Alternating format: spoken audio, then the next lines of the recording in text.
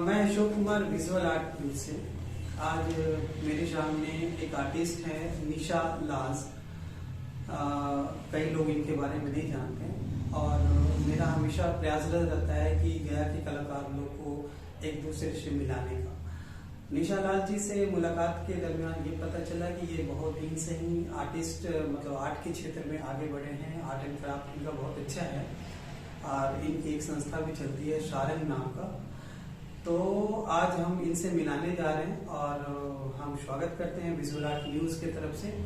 और आज मैं इनके बारे में जानकारी थोड़ा सा इकट्ठा करेंगे। निशा लाल जी, थोड़ा सा परिचय हम चाहते हैं हमारे कलाकार लोगों को, ताकि हमेशा हम लोग प्रयासरत रहते हैं कि इस तरह का जो आर्ट के क्षेत्र गया क्षेत्र में तो उतना डेवलप नहीं होता है, बट हम लोग का एक ये होता है कि इस क्षेत्र में गया में अग्रसर होते जाए। बहुत पिछड़ा था पहले, लेकिन धीरे धीरे अब कलाकारों की संख्या बढ़ती जा रही है और अभी भी ऐसा लगता है कि कई पेरेंट्स लोग इसके पीछे जागरूक नहीं होने की वजह से इसको बढ़ने नहीं देते हैं। तो सबसे पहले हम आपके जानना चाह रहे हैं कि इस क्षेत्र में पहले आप अपना परिचय दीजिए प्लीज।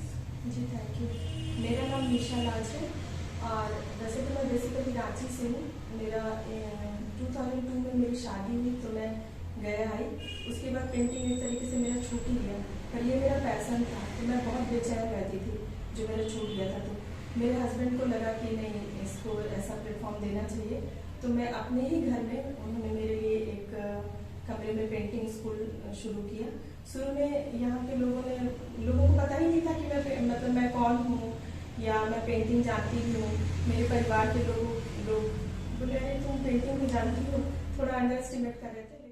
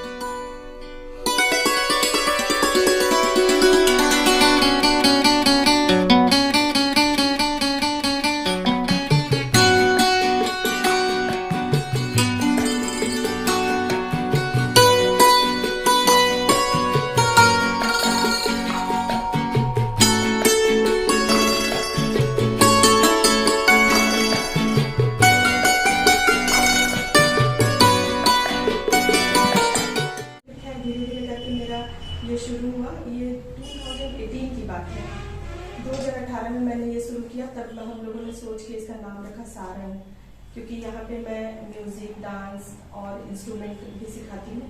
तो सा से हो गया सरगम और रंग से हो गया रंग, तो इस तरह से हम लोगों ने इसका नाम सारंग रखा, सारंग आर्ट एंड म्यूजिक। और उसी समय से मेरा ये सफ़र शुरू हुआ, नया सफ़र शुरू हुआ।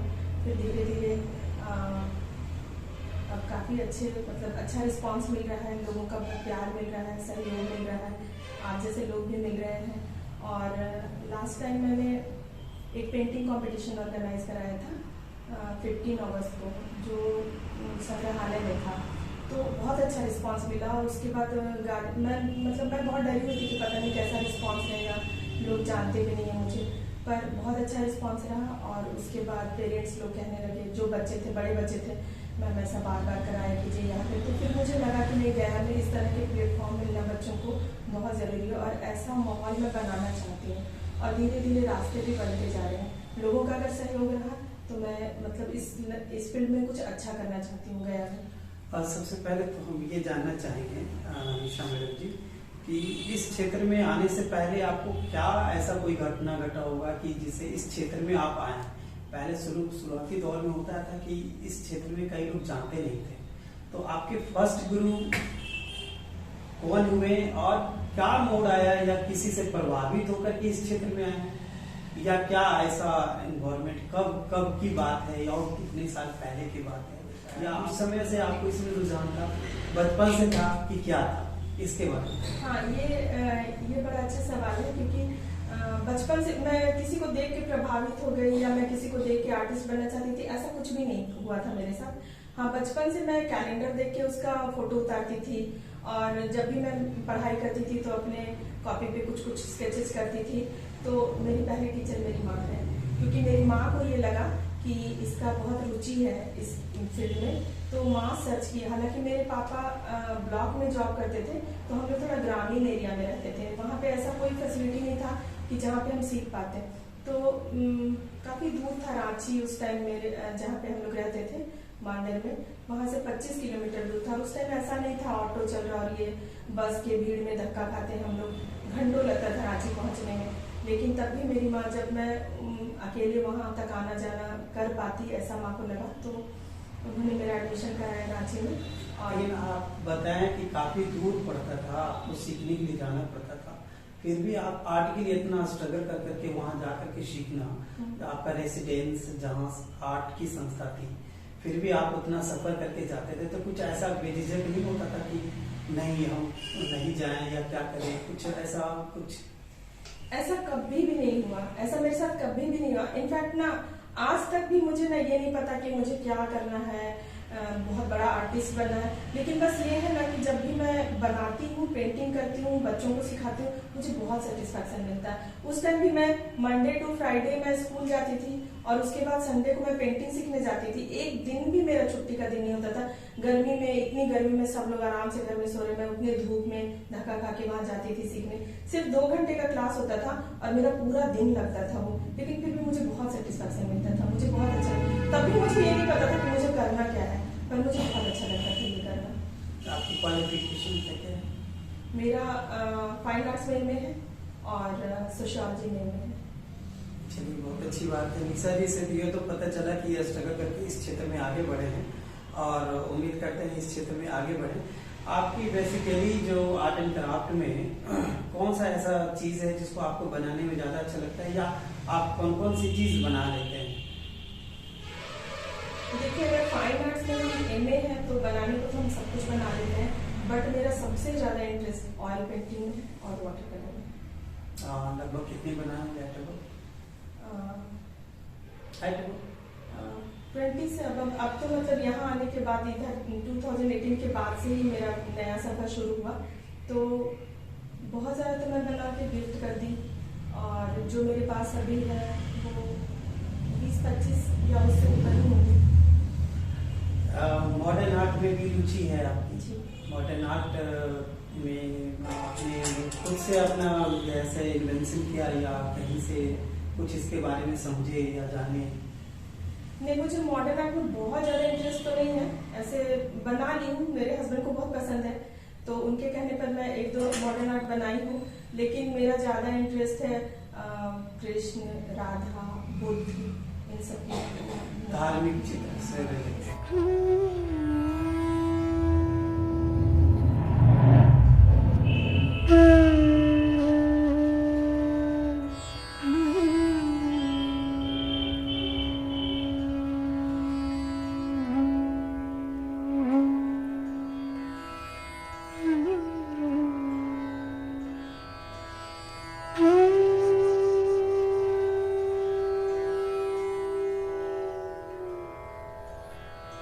Mm-hmm.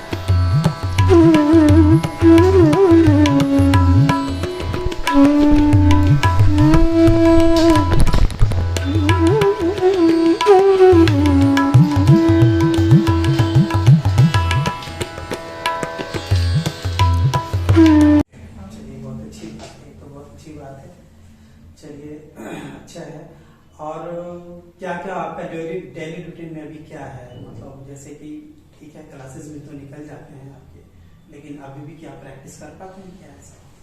हाँ, सुबह में उठ के मैं ज़रूर से आधा घंटा भी प्रैक्टिस करती हूँ। अगर मैं अपना प्रैक्टिस नहीं करती तो मुझे कुछ अधूरा अधूरा सा लगता है, क्योंकि जो भी बच्चों को बताना होता है ना, वो मैं एक बार खुद से ज़रूर कर लेती हूँ अभी भी।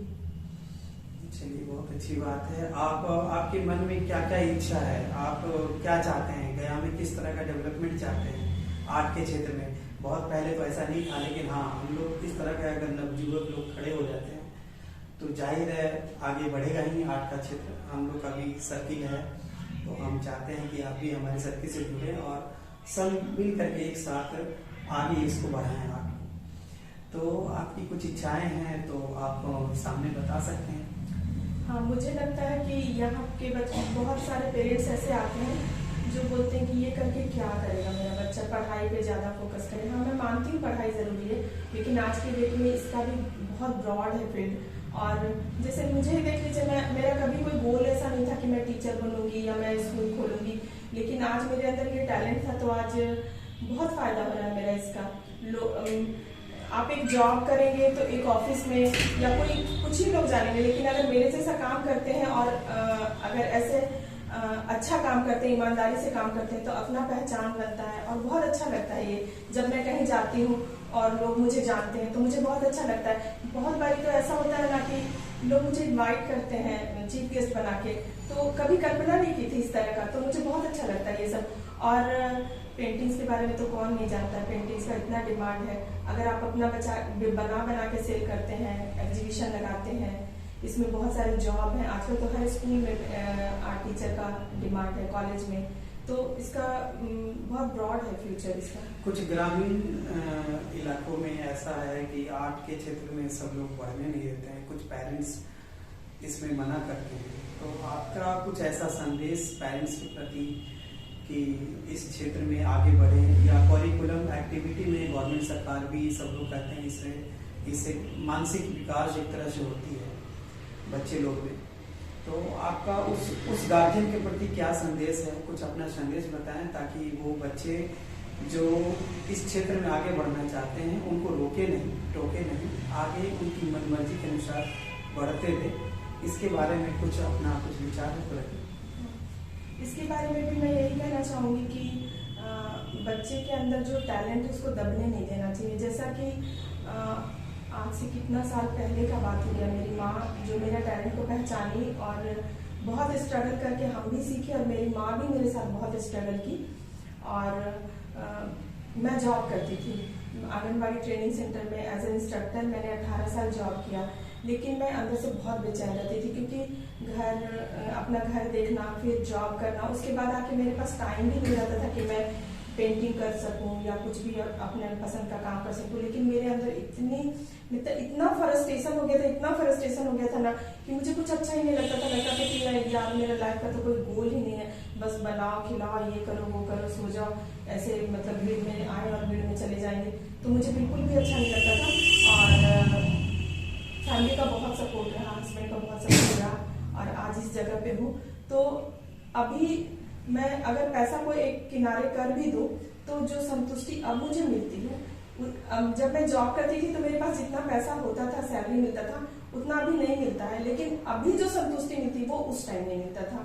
तो इसलिए मैं ये कहना चाहूंगी सारे पेरेंट्स को कि जरूरी नहीं कि पेंटिंग मतलब फाइन आर्ट्स ही हो, डांस हो, गाना हो, कोई इंस्ट्रूमेंट बजाने का शौक, हर बच्चे के अंदर कोई ना कोई शौक तो होता ही है, तो उसको दबने नहीं देना चाहिए। पढ़ाई के साथ साथ उसको भी आगे बढ़ाना चाहिए। और इसका एक और बात मैं इसमें जोड़ना चाहूंगी कि ऐसा नहीं है कि हम कोई भी प्रोफेशन को, अगर कोई भी चीज सीख रहे हैं, कोई आर्ट सीख रहे हैं, तो ये सोचे कि अरे कोई पता नहीं इससे हम कुछ कमाएंगे नहीं कमाएंगे, इससे हमको पैसा मिलेगा, पहचान, ये नहीं सोचना चाहिए। आप देखिएगा कि कोई भी आर्टिस्ट है अगर, तो भले वो पैसा नहीं है पर सुकून बहुत है। कभी आप नहीं सुनेगा कि वो सुसाइड कर रहा है, वो बहुत स्ट्रेस में है, वो बहुत टेंशन में है, क्योंकि जब आप बहुत काम करते हैं, बहुत पढ़ाई करते हैं, मैं बहुत थकी रहती हूँ ना, फिर भी जब मैं पेंटिंग बना लेती हूँ तो मेरा सारा स्ट्रेस दूर चला जाता है। तो आज के टाइम पे हर इंसान के अंदर कितना स्ट्रेस है, अपने स्ट्रेस को दूर करने का भी एक जरिया है और हो सकता है फ्यूचर में मेरे लिए कोई अच्छा रास्ता भी खुल जाए। तो इसीलिए कभी भी इसको दबाना नहीं चाहिए, बल्कि पहचान के उसको आगे बढ़ाना चाहिए।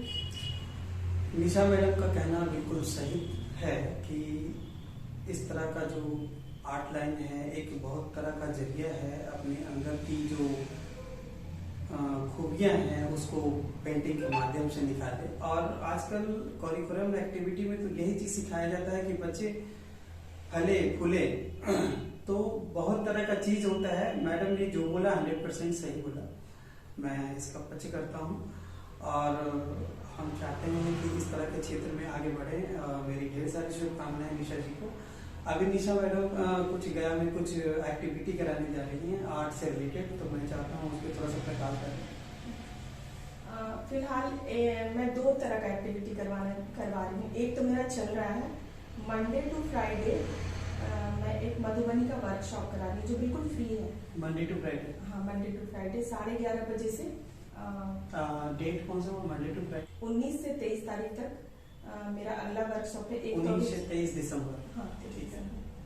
ये अगला होने वाला वर्कशॉप है। ठीक है। 5 दिन का ये वर्कशॉप रहेगा। एक बच्चे को 5 दिन मिलेगा इस वर्कशॉप में। उसको कुछ पे नहीं करना पड़ेगा, सिर्फ उसको अपना सामान लेके आना पड़ेगा जो कि कलर मटेरियल्स अप्रोक्सीमेट 100 रुपीज का होगा वो, उससे ज्यादा नहीं। हो सकता है उसके पास वो हो भी, क्योंकि इतना सामान लोगों के पास रहता है। एक तो ये है, और दूसरा मैं 27 दिसंबर को विंटर वेकेशन के टाइम पे एक पेंटिंग कंपटीशन करवा रही हूँ जिसका शीर्षक है रंग भरो प्रतियोगिता। ये कलरफुल होगा। ये कहाँ पे जगह बता दें? ये गांधी मैदान में कराऊंगी। अच्छी बात है। हम बच्चे लोग से आग्रह करेंगे कि गांधी मैदान में 27 तारीख को। और टाइम कितना लगेगा? टाइम 12 बजे से 2 बजे तक। 12 से 12 PM to 2 PM। तो आप जो भी इच्छुक हैं वहाँ पे इकट्ठा हों और मैडम भी वहाँ पे रहेंगे। गांधी मैदान में? हाँ, गांधी मैदान में गांधी मंडप के गांधी मैदान में गांधी मंडप के पास इकट्ठा होना है। जो भी कलाकार इच्छुक हैं वहाँ पे आए और अपना नहीं, पहले रजिस्ट्रेशन करवाना। पहले रजिस्ट्रेशन कहाँ पे कराना होगा? उसका रजिस्ट्रेशन मेरे पास ही होगा। रजिस्ट्रेशन कराने के लिए पहले ऑफिस में संपर्क करना होगा? नहीं, उसका मैं जो लोग भी संपर्क करना चाहते हैं उन लोगों को मेरा नंबर है, मैं पोस्ट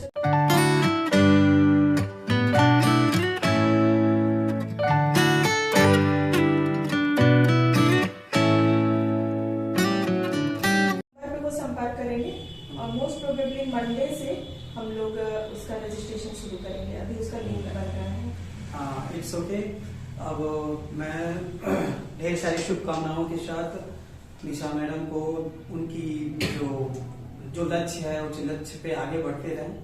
मेरी ढेर सारी शुभकामनाओं के साथ विजुअल आर्ट न्यूज की तरफ से ढेर सारी शुभकामनाएं। Thank you sir. Thank you.